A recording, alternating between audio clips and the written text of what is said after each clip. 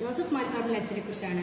അകലങ്ങളിൽ നിന്നും കണ്ടറിഞ്ഞുള്ള പരിചയമേ നമുക്കുള്ളൂ. എങ്കിലും അസാധാരണമായ പ്രഭ പടർത്തി കടന്നുപോയ പ്രേക്ഷിതവര്യനായിരുന്നു ബഹുമാനപ്പെട്ട ജോസഫ് മാൽപ്പറമ്പിൽ അച്ഛൻ. കുര്യൻ വൈക്കത്തിന്റെയും പഴയ പടത്തിൽ മറിയത്തിന്റെ മകനായി ജോസഫ് ജനിച്ചു. ഡിസംബർ 31-ാം തീയതി മിസ്റ്റർ ഫ്രാൻസിസ് സേവിയറിന്റെ ദേവാലയത്തിൽ വെച്ച് ജോസഫ് ജ്ഞാനസ്നാനം സ്വീകരിച്ചു. പ്രാഥമിക വിദ്യാഭ്യാസം കൊത്തുപുറയിൽ നടത്തി. മന്നാനം സെന്റ് അപ്രൈം സ്കൂളിൽ ചേർന്ന് SSLC പാസായി. കോട്ടയത്തെ ചങ്ങനാശ്ശേരി രൂപത മൈനർ സെമിനാരിയിൽ ബഹുമാനപ്പെട്ട വെള്ളരിങ്ങാട്ട് ജേക്കബ് അച്ഛന്റെ ശിക്ഷണത്തിൽ വൈദിക പഠനം ആരംഭിച്ചു. മിഷണറി പ്രവർത്തനത്തിന് പോകണമെന്നുള്ള താല്പര്യം ജോസഫ് ഉണ്ടായിരുന്നു. 1936 ഡിസംബർ 21-ന് കാളാശ്ശേരി ജെയിംസ് പിതാവിൽ നിന്നും വൈദിക പട്ടം സ്വീകരിച്ചു. ആദ്യ നിയമനം ചങ്ങനാശ്ശേരി പാറയിൽ സെമിനാരിയിൽ ആദിമിക ഗുരുവായിട്ടായിരുന്നു. ബഹുമാനപ്പെട്ട മാൽപ്പറമ്പിൽ അച്ഛൻ 1990 ഡിസംബർ 24-ാം തീയതി കുടമാളൂർ ഇടവകയിൽ ജനിച്ചുവെങ്കിലും അതേ ഇടവകയിൽ തന്നെ 1910 ഓഗസ്റ്റ് 19-ാം തീയതി അൽഫോൺസാമ്മ ജനിച്ചു. ഭരണങ്ങാനത്ത് അസിസ്റ്റന്റ് ആയിട്ടാണ് കാലത്ത് മഠത്തിൽ ചെല്ലുവാനും ഇടവക അയൽപക്ക ബന്ധം പുതുക്കുവാനും അച്ഛന് ധാരാളം അവസരങ്ങൾ ലഭിച്ചിരുന്നു. 1946 ജൂലൈ 28 ആണല്ലോ അൽഫോൺസാമ്മയുടെ മരണം. അടുത്ത ദിവസം മുതൽ കുട്ടികളും മുതിർന്നവരും പ്രാർത്ഥിക്കാനും തിരികൊത്തിക്കുവാനുമായി അമ്മയുടെ കബറിടത്തിൽ ഓടിക്കൂടി.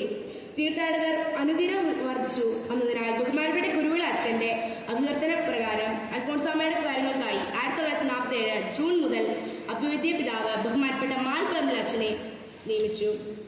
1954 ജനുവരി 30 വരെ അച്ഛൻ ഈ ശുശ്രൂഷ നിർവഹിച്ചു.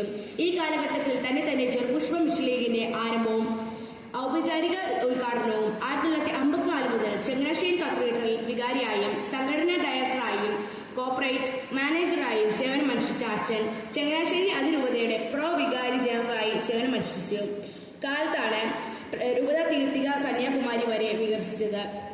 തെക്കൻ മിഷൻ കാര്യങ്ങൾ ഇങ്ങനെ നടത്തുകയോ വഴിയോ താമസ സൗകര്യങ്ങളോ ഒന്നുമില്ലാതിരുന്നു.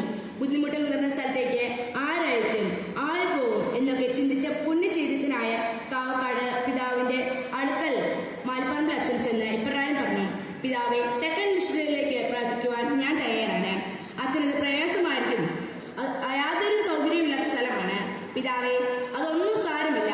പിതാവ് അനുഗ്രഹിച്ചാൽ അയച്ചാൽ മാത്രം മതി എന്ന് പറഞ്ഞ് 1955 മുതൽ 66 വരെ മായം അമ്പൂരി കേന്ദ്രമാക്കി അച്ഛൻ അച്ഛൻ പ്രവർത്തിച്ചു. അവിടെ 7 സ്റ്റേഷനുകൾ തുടങ്ങി. 1993 മുതൽ 95 വരെ മംഗലപുരത്ത് പൊന്തിഫിക്കൽ സെമിനാരിയിൽ ആധ്യാത്മിക പിതാവായി സേവനമനുഷ്ഠിച്ചു. തന്റെ മരണം മുൻകൂട്ടി അറിയാനുള്ള ഭാഗ്യം അദ്ദേഹത്തിന് ലഭിച്ചു. മരിക്കുന്നതിന് 3 ദിവസം മുമ്പ് തന്നെ സന്ദർശിക്കുവാൻ വരുന്നവർക്കായി എഴുത്തുവെച്ചു: നിങ്ങൾക്കൊക്കെ എനിക്ക് വേണ്ടി പ്രാർത്ഥിക്കുന്നുണ്ടെന്ന് എനിക്കറിയാം. ഒരു ഭാഗ്യമാർഗത്തിനായി പ്രാർത്ഥിക്കുക. ഞാൻ ഒരു സ്വർഗീയ യാത്രയിൽ ആണെന്ന് അറിയാമല്ലോ. 4-ാം തീയതി മുഴുവൻ കുമ്പസാരം നടത്തി രോഗിലേറെ ചികിത്സിച്ച് ഒരുങ്ങി 1998 സെപ്റ്റംബർ 9-ാം തീയതി രാവിലെ 8 മണിക്ക് അദ്ദേഹം നിത്യസമാധാനത്തിന് വിളിക്കപ്പെട്ടു. സുവിശേഷം പ്രവേശിക്കുകയും ജീവിതത്തിൽ അതിന് സാക്ഷ്യം വഹിക്കുകയും ചെയ്ത മാൽപ്പറമ്പിൽ അച്ഛൻ ജീവിതം തന്നെ സുവിശേഷമാക്കി മാറ്റി. അച്ഛൻ പകർന്നു തന്ന ഈ പ്രേക്ഷിത ചൈതന്യം കൂടാതെ നമുക്ക് കാത്തു സൂക്ഷിക്കാം, പങ്കുവെക്കാം. നന്ദി.